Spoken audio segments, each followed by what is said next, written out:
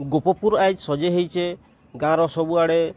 चित्र अंका होइछे आ समस्ते गोपी गोपांगना समस्ते आज खुश अछन आ देखु केंती बहुत भीड़ अछन से जगार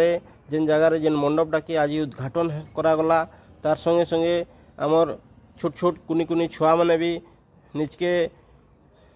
गोपी हिसाब रे सजेछन आउ ई भिडियो रे आमे देखमा केंती करी कृष्ण भगवान दोली झुलुछन।